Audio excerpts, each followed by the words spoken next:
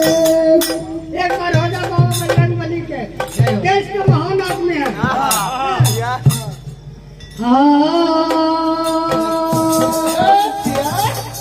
अरे लाल राग चनुरासा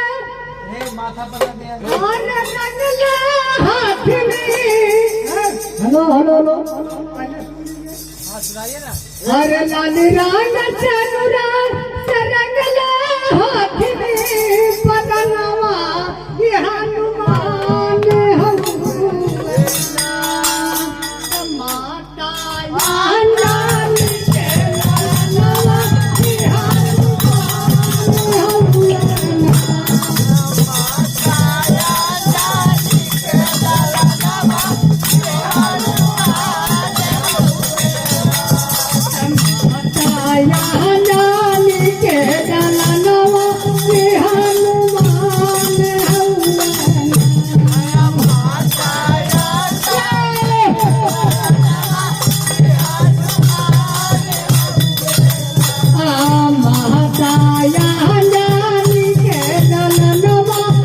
हनुमान हनुना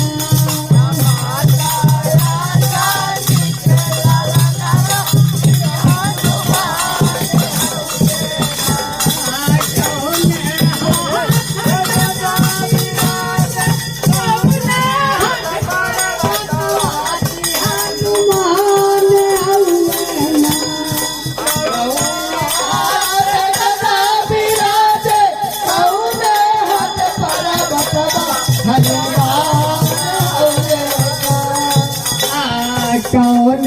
हाथ गदा विराज कौन हाथ पर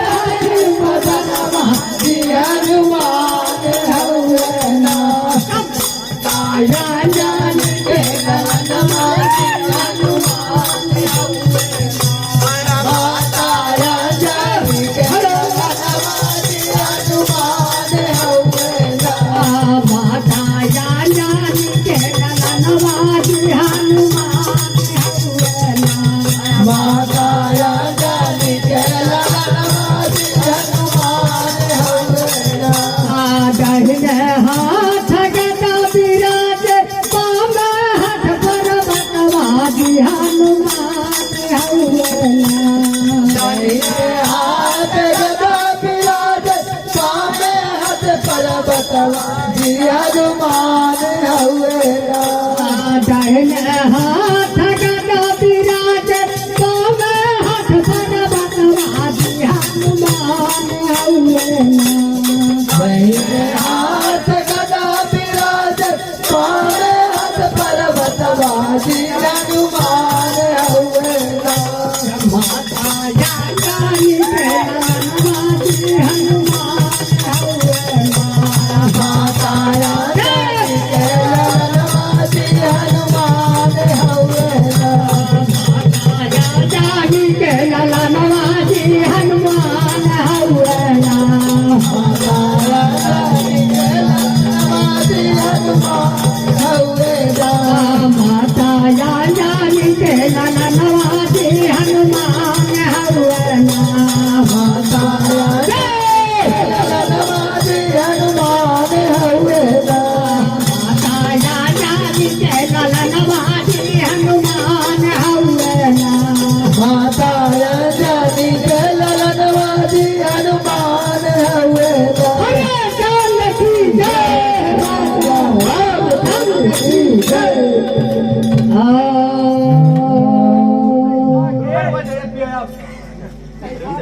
ना ना चले ना यार ठीक है